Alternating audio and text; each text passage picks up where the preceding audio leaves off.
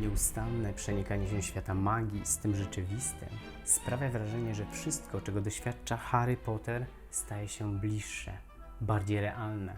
Z łatwością możemy odwiedzić w Londynie miejsca, które występowały zarówno w książce, jak i w filmie, chociażby stacja Westminster.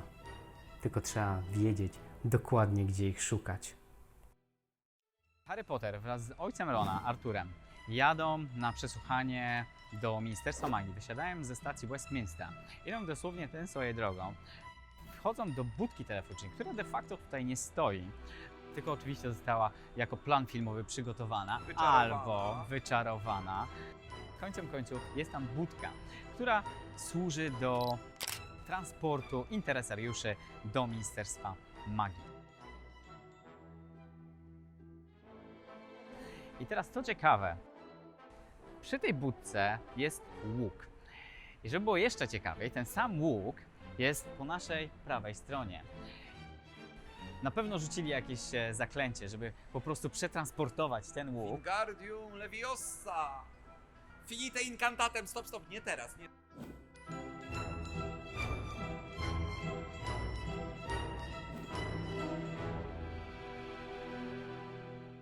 Okay. Na pewno przenieśli ten łuk, żeby bardziej się komponowało w kadrze.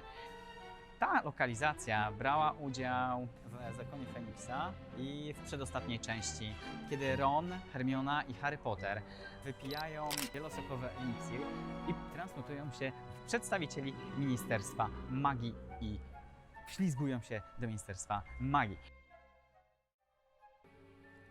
Miejsce, przy którym teraz stoimy, czyli Ministerstwo Magii przy Scotland Place, jest wyjątkowe nie tylko dlatego, że jesteśmy tutaj z samym ministrem magii Przemkiem Staroniem, ale przede wszystkim dlatego, że można odnaleźć wiele analogii z Harry'ego Pottera do aktualnego systemu nauczania. Zobaczcie, żeby to dobrze zrozumieć, trzeba sobie przypomnieć to, co się zadziało pod koniec czwartej części Harry'ego Pottera. My widzimy, że Harry Potter jest bezpośrednim, naocznym świadkiem powrotu Voldemorta. No i teraz tak, on się na jego oczach odradza. Ktoś może powiedzieć, że Haremu to się przywidziało, no tylko że mamy dowód w postaci, siłą rzeczy zwłok Cedrica Diggory'ego. I to też mógł nie być wystarczający dowód. Ale Dumbledore doskonale łączy fakty. Dumbledore rozumie, że Czara Ognia była świstoklikiem, który miał w odpowiednim momencie właśnie przenieść Harry'ego Pottera na cmentarz, na którym Lord Voldemort miał wrócić do żywych. I teraz, Dumbledore jest pewien, Harry Potter jest pewien, że Voldemort wrócił. Natomiast minister magii, Cornelius Knott, no niestety, on mówi, to nieprawda. On zabrania mówić o tym, że Lord Voldemort powrócił. I teraz zobaczmy, co tu się dzieje. Władza zaprzecza faktom. Oni mają nadzieję w Ministerstwie Magii, że zaprzeczając temu, że nie przyznając się w żaden sposób do tego, w jakiś sposób ochronią siebie, czarodziejów, mugoli, uczniów Hogwartu itd. Natomiast rzeczywistość okazuje się nieco paradoksalna. Mianowicie w tym momencie młodzi ludzie, zamiast uczyć się zaklęć obronnych, zaczynają uczyć się pod okiem Dolores Umbridge teorii. Serio. Wraca Voldemort. Oni się uczą teorii. Dalej. W pewnym momencie Umbridge zostaje wielkim inkwizytorem. Zaczyna zabraniać wszystkiego. Zaczyna karać uczniów, stosując w stosunku do nich tak naprawdę tortury. Czy to zwiększa poziom bezpieczeństwa w Hogwarcie? No nie. Jednak te wszystkie ograniczenia i lekceważenie przez władzę faktów sprawiły, że Harry wraz z przyjaciółmi zakłada tajne stowarzyszenie. I to sprawia, że bardziej są przygotowani na walkę z Voldemortem.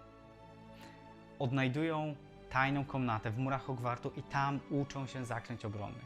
Z kolei co profesor Umbridge robi? Za wszelką cenę chce przeszkodzić im i dowiedzieć się, co tam się dzieje. A Harry nie zważa na nic. Wciela się w rolę nauczyciela i przygotowuje swoich przyjaciół, by mogli stawić czoła czarnej magii. To pod jego okiem uczą się zaklęć obronnych. Mało tego, uczniowie zaczynają się buntować. dekrety zaczynają ograniczać ich wolność i w końcu zaczyna się usuwanie ludzi z Hogwartu. No, pomijam już, że Dumbledore zostaje zawieszony, ale także Umbridge wywala profesor Trelawney. My widzimy, do czego doprowadza to, co robi władza, zaprzeczając faktom, nie chcąc się jakby przyznać do tego, co się dzieje. To prowadzi do eskalacji, agresji, dyskryminacji i tak naprawdę mnożenia się różnego rodzaju problemów. I teraz tak naprawdę rozstrzygający moment następuje pod koniec 5. części, pod koniec Zakonu Feniksa. Mianowicie to właśnie dzięki Zakonowi Feniksa, dzięki Dumbledorowi, dzięki determinacji młodych, odważnych uczniów armii Dumbledora. Wszyscy dowiadują się, że Lord Voldemort rzeczywiście wrócił. Corneliusz Knott widzi to na własne oczy. I to jest taki moment, w którym on już zaprzeczać nie może. I teraz, gdyby to przenieść rzeczywiście do naszego rzeczywistego świata, tak? Zwróćmy uwagę na to, chodzi o krytykowanie pewnego sposobu myślenia, w zasadzie braku myślenia. To, co Rowling opisuje, jest najlepszym dowodem na to, że ktoś, kto rządzi, musi być mądry. O tym zresztą mówił Platon, że rządzić powinni filozofowie, czyli ci, którzy są miłośnikami mądrości. I ja bym chciał tutaj naprawdę bardzo mocno wszystkich przestrzec przed tymi wszystkimi, którzy boją się zderzyć z prawdą, którzy zaprzeczają faktom, którzy zaprzeczają temu, co jest najbardziej, można powiedzieć, ukorzenione i udowodnione, czyli de facto temu, co płynie z nauki. Co jest ciekawe, książka dotycząca magii uczy nas pokory w stosunku do nauki. To jest niesamowite. To jest cały paradoks tego uniwersum. Jak się okazuje, Harry Potter, jego historia to nie jest po prostu jakaś bajeczka, to jest traktat filozoficzny, to jest traktat społeczny, który jest po prostu ubrany w takie szaty baśni dla dzieci.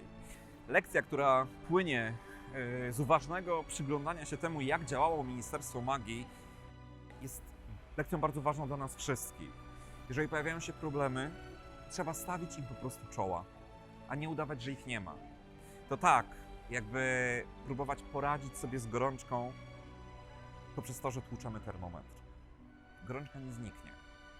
Natomiast my będziemy jeszcze bardziej w polu. Jeżeli jest problem, warto sobie uświadomić, że jest i wtedy szukać rozwiązań. Będziemy na tyle silni, na ile będziemy zjednoczeni i na tyle słabi, na ile będziemy podzieleni. Lord Voldemort posiada wielki talent siania niezgody i wrogości. Możemy mu przeciwstawić tylko równie silne więzi, przyjaźni i zaufania.